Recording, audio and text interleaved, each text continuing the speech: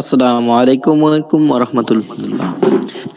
জুনায়েদ টিউটোরিয়ালের আরো একটি আয়োজনে সবাইকে স্বাগতম। আজকে আমরা আলোচনা করব সেন্টেন্স নিয়ে।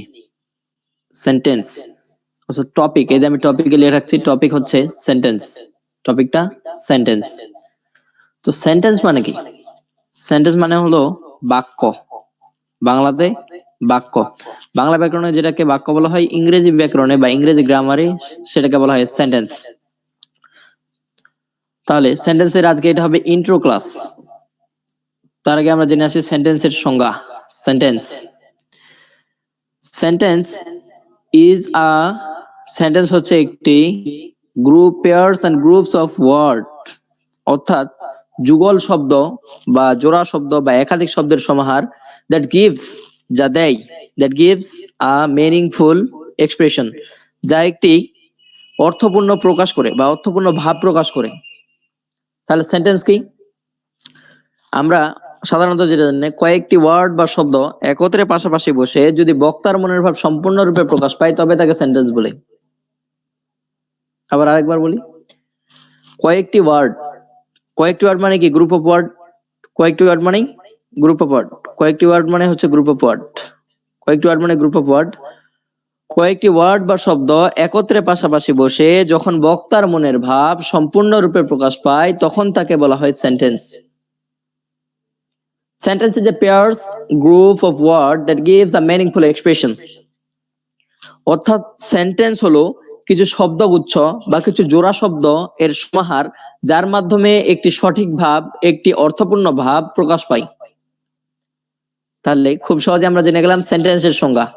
সেন্টেন্সের সংজ্ঞা কি? কয়েকটি ওয়ার্ড বা শব্দ একত্রে পাশাপাশি বসে যখন বক্তার মনের ভাব সম্পূর্ণরূপে প্রকাশ পায় তখন তাকে সেন্টেন্স বলে। আরেকবার, কয়েকটি ওয়ার্ড বা শব্দ একত্রে পাশাপাশি বসে যখন বক্তার মনের ভাব সম্পূর্ণরূপে প্রকাশ পায় তখন তাকে সেন্টেন্স বলে। তো কিছু এক্সাম্পলের মাধ্যমে জেনে আছি। নাম্বার 1 আমি লিখছি আই এম এ স্টুডেন্ট। এখন দেখো তো, এই যে গ্রুপ অফ ওয়ার্ড, এই যে গ্রুপ অফ ওয়ার্ড আমরা দিছি, এই গ্রুপ অফ ওয়ার্ড কেন দিছি? আমি যদি খালি এম লিখে দিতাম, আই লিখে দিতাম, তাহলে কখনো সেন্টেন্স হইতো না। সেন্টেন্স হওয়ার জন্য সুসংঘবদ্ধ একটা ধারণা আছে। প্রথমে বসছে আই, তারপর বসছে এম, তারপর বসছে স্টুডেন্ট, এইভাবে বসছে। এইভাবে বসার কারণে এটা হচ্ছে সেন্টেন্স। অর্থাৎ সুসংঘবদ্ধভাবে প্রবাহমান, সুসংঘবদ্ধভাবে বসা এমন কিছু শব্দ যেগুলো সঠিক অর্থ প্রকাশ করে তাকেই বলা হয় সেন্টেন্স। অর্থাৎ একটা সিকোয়েন্স থাকবে, একটা সিকোয়েন্স থাকবে। এখন সিকোয়েন্স থাকবে কেন, এটা একটা প্রশ্ন। অর্থাৎ সিকোয়েন্সটা দরকার কেন এটা আমি পরে বলবো, তার আগে আমরা উদাহরণগুলো দেখে নিই। আই এম এ স্টুডেন্ট, আমি যদি খালি আই লিখি তাহলে কিন্তু এটা সেন্টেন্স হবে না। আবার আমি যদি খালি এম লিখি তাহলেও এটা সেন্টেন্স হবে না। আবার এ স্টুডেন্ট যদি লিখি এটাও কখনো হবে না। এর জন্য সবগুলোকে সুসংঘবদ্ধভাবে বসার প্রয়োজন হয়েছে। আবার আমি এখানে লিখছি আর ইউ এ স্টুডেন্ট, এটাও কিন্তু একটা বাক্য। Are you a student, are you a student, এটা একটা বাক্য। আবার কন্টিনিউ ইউর স্টাডি, যেহেতু তুমি একজন ছাত্র সেজন্য তোমার লেখাপড়া তোমাকে চালিয়ে যেতে হবে, এজন্য বলছে কন্টিনিউ ইউর স্টাডি, এটা আবার একটা বাক্য। আবার আমি ছাত্র হিসাবে তোমার জন্য আশা বা তোমার জন্য তোমাকে আশীর্বাদ করছি, wish you are a brilliant student, wish you are a brilliant student, আশা করি তুমি একজন ভালো ছাত্র হবে, আশা করি তুমি একজন ভালো ছাত্র হবে বা তুমি একজন ভালো ছাত্র। আবার what a brilliant student, what a brilliant student you are, what a brilliant student you are, অর্থাৎ কি চমৎকার ছাত্র তুমি, কি চমৎকার ছাত্র তুমি। তাহলে আমরা এখানে সেন্টেন্স পাইলাম 5 ধরনের। এই যে বিবৃতি দিচ্ছে, আই এম এ স্টুডেন্ট, আমি একজন ছাত্র, আমার সম্পর্কে বর্ণনা দেওয়া বোঝাচ্ছে, আমার সম্পর্কে কিছু বিবৃতি দেওয়া বোঝাচ্ছে, আমি কি পেশায় নিয়োজিত এটা বোঝাচ্ছে। এই জন্য এই যে বিবৃতিমূলক যে বাক্যগুলা, বিবৃতিমূলক বর্ণনামূলক যে বাক্যগুলা, এগুলাকে গ্রামারিয়ানরা বলছে এটা হচ্ছে অ্যাসার্টিভ। এটার নাম হচ্ছে অ্যাসার্টিভ, এটা হচ্ছে অ্যাসার্টিভ সেন্টেন্স। Assertive sentence. অনেকে এটাকে আবার অ্যাসারেটিভ বলে। অ্যাসারেটিভ হয় না বাবা, হয় অ্যাসার্টিভ। অ্যাসার্টিভ কখনো অ্যাসারেটিভ হয় না, কারণ অ্যাসারেটিভ ঠিক কখন হইতো, যখন আমি এখানে এসআর এ এইভাবে দিতাম, তখন এটা হতো অ্যাসার্টিভ সেন্টেন্স। এই জন্য এটাকে উচ্চারণ করতে হবে অ্যাসার্টিভ সেন্টেন্স। Assertive sentence. আবার আর ইউ আ স্টুডেন্ট, তুমি একজন ছাত্র, তোমাকে আমি প্রশ্ন করছি, তোমাকে আমি কোনো কিছু জিজ্ঞাসা করলাম। এই যে জিজ্ঞাসা করার ক্ষেত্রে, এই যে প্রশ্ন জিজ্ঞাসা করার ক্ষেত্রে কোনো কিছু, অর্থাৎ কোনো কিছু সম্পর্কে জানার আকাঙ্ক্ষা, ইচ্ছা এই যে প্রকাশ পাইছে, অর্থাৎ যে সেন্টেন্স দ্বারা কোনো কিছু জিজ্ঞাসা করা, জানতে চাওয়া, কাউকে প্রশ্ন করা ইত্যাদি বোঝায়, তাই হলো কোন সেন্টেন্স? Interrogative sentence. এখন এটা ইন্টারোগেটিভ, এটা চেনার একটা সহজ একটা, এই যে এই মার্কটা আছে না, এই মার্কটা থাকলেই আমরা সেটাকে চোখ বন্ধ করে, চোখ খোলারও দরকার নেই, চোখ বন্ধ করে বলে দেব যে এটা হচ্ছে ইন্টারোগেটিভ সেন্টেন্স। Interrogative sentence. এবার এই যে নেক্সট যে সেন্টেন্সটা আছে, continue your study, continue your study, তোমার লেখাপড়া চালিয়ে যাও।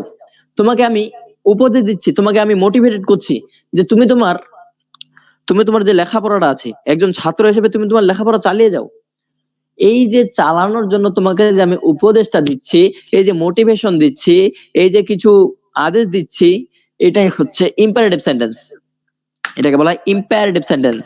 Imperative sentence. Imperative sentence. And then, wish you are a brilliant student. Wish you are a brilliant student. এই এখানে ইউটা হয়নি, STUDENT। আচ্ছা, wish you are a brilliant student, আশা করি তুমি একজন ভালো ছাত্র হবে, বা তুমি একজন ভালো ছাত্র। তাহলে wish you are a brilliant student, আশা করি তুমি একজন ভালো ছাত্র হবে, বা আশা করি তুমি একজন ভালো ছাত্র। এই যে সেন্টেন্স দ্বারা কোনো কিছু, যে সেন্টেন্স দ্বারা কোনো কিছু প্রার্থনা, অর্থাৎ কাউকে আমি আশীর্বাদ করছি, এই সমস্ত এক্সপ্রেশন বুঝাই, এই সমস্ত ভাব প্রকাশ পাই, সেটাই হচ্ছে কোন সেন্টেন্স? Optative sentence. এটাকে গ্রামারিয়ানরা বলছে optative sentence. Optative sentence. Optative, এটাকে বলা হয় অপটেটিভ সেন্টেন্স। আবার এর পরেরটা দেখি, what a brilliant student you are, what a brilliant student you are, তুমি একজন কি চমৎকার ছাত্র, কি চমৎকার ছাত্র তুমি, অর্থাৎ তোমাকে দেখে আমি বিস্ময় হচ্ছি, আশ্চর্য হচ্ছি। এই যে আশ্চর্য হওয়ার ক্ষেত্রে এই যে এক্সক্লেমেশন মার্কটা ব্যবহার হয়েছে, এটাই হচ্ছে exclamatory sentence. Exclamatory sentence. Exclamatory sentence.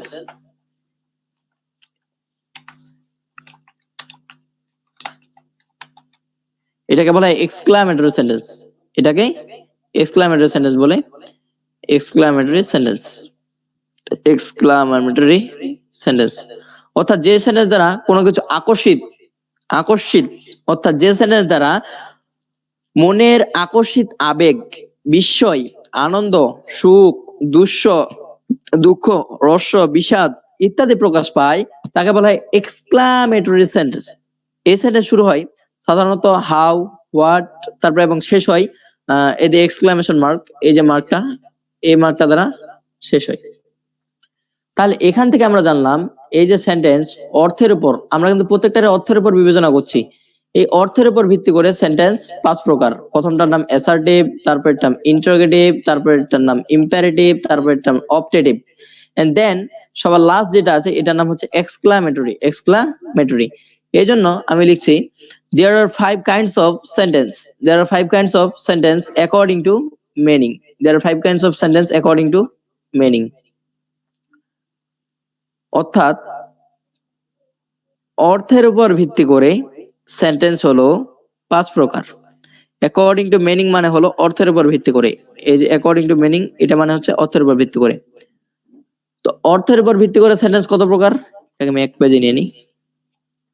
আচ্ছা, অর্থের উপর ভিত্তি করে সেন্টেন্স হলো এই 5 প্রকার: assertive sentence, interrogative sentence, optative sentence, imperative sentence, optative sentence and exclamatory sentence. আবার assertive sentence, interrogative sentence, imperative sentence, operative sentence, and last is exclamatory sentence. এখন এই যে অর্থের উপর ভিত্তি করে সেন্টেন্স, অর্থের উপর ভিত্তি করে সেন্টেন্স হইলো 5 প্রকার, তাহলে আর কিসের উপর ভিত্তি করে সেন্টেন্স আছে? সেন্টেন্স আছে আবার স্ট্রাকচারের উপর ভিত্তি করে, এটা আমরা নেক্সটে জানবো। Identify with structure. এই যে 5 প্রকার সেন্টেন্স আমরা জানলাম, এই যে 5 প্রকার সেন্টেন্স সম্পর্কে আমরা পড়লাম, এই 5 প্রকার সেন্টেন্স চেনার কিছু নিয়ম আছে, চেনার কিছু নিয়ম আছে, কিছু শর্টকাট নিয়ম আছে। এই শর্টকাট নিয়মগুলো আমরা এখন জানবো। আচ্ছা, শর্টকাট নিয়মগুলো হচ্ছে আইডেন্টিফাই উইথ স্ট্রাকচার, অর্থাৎ কিছু গঠনের মাধ্যমে এই সেন্টেন্স গুলা চেনা যায়। দেখো, অ্যাসার্টিভ সেন্টেন্সের ক্ষেত্রে আমি বলছি সাবজেক্ট আগে থাকবে, সাবজেক্ট তারপর থাকবে ভার্ব। অ্যাসার্টিভ সেন্টেন্স সাবজেক্ট থাকবে, ভার্ব থাকবে, এক্সটেনশন শব্দে এবং ফুল স্টপ থাকবে। এটা হচ্ছে সাধারণত, এটা সচরাচর, অর্থাৎ সচরাচর যেগুলো হয় অ্যাসার্টিভ সেন্টেন্সে সবার আগে সাবজেক্ট থাকে, দেন ভার্ব থাকে, দেন এক্সটেনশন থাকে, এন্ড দেন থাকে ফুল স্টপ।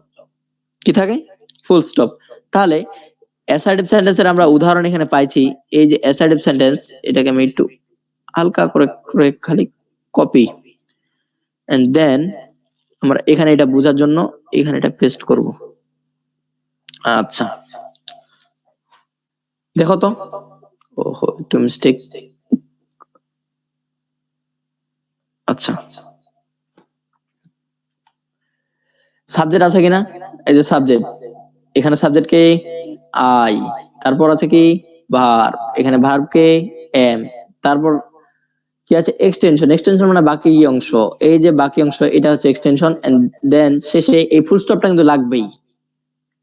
তুমি যদি চিন্তা করো বাবারে বাবা আমি এটা দিব না, আমি ফুল স্টপ দিব না, পাঞ্চুয়েশনের দিক থেকে তোমার সেন্টেন্সটা ভুল হয়ে যাবে। ক্যাপিটালাইজেশন এন্ড পাঞ্চুয়েশন নামে গ্রামারের একটা টপিক আছে, সেই টপিক অনুযায়ী তোমার সেন্টেন্সে তুমি যদি ফুল স্টপ বা অন্যান্য যে জ্যোতিবিরাম চিহ্নগুলো আছে এগুলো যদি ব্যবহার না করো, তাহলে তোমার সেন্টেন্স নিঃসন্দেহে ভুল হবে, অবশ্যই ভুল হবে।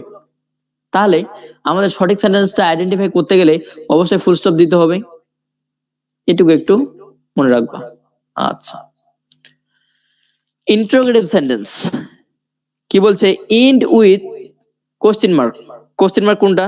এই যে চিহ্নটা, এটাকে বলা হয় কোশ্চেন মার্ক, এটাকে বলা হয় কোশ্চেন মার্ক। তাহলে end with question mark, and এখানে আমি আরেকটা জিনিস মিস্টেক করছি, স্টার্ট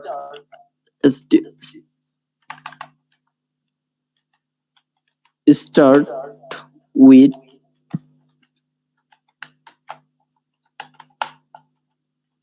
WH ওয়ার্ড, অর্থাৎ WH ওয়ার্ড দ্বারা এগুলো শুরু হয়। WH ওয়ার্ড কি কি? Who, which, what, how, when, ওইখানে এটা না, WHN, হোয়েন। আচ্ছা, আরো আছে, এগুলো শুধু একটু মনে রাখবা, একটু মনে রাখবা। এগুলো সব মোট মেবি 9টা আছে, 9টা না 8টা আছে, এরকম আছে। আচ্ছা, এইগুলো একটু মনে রাখবা।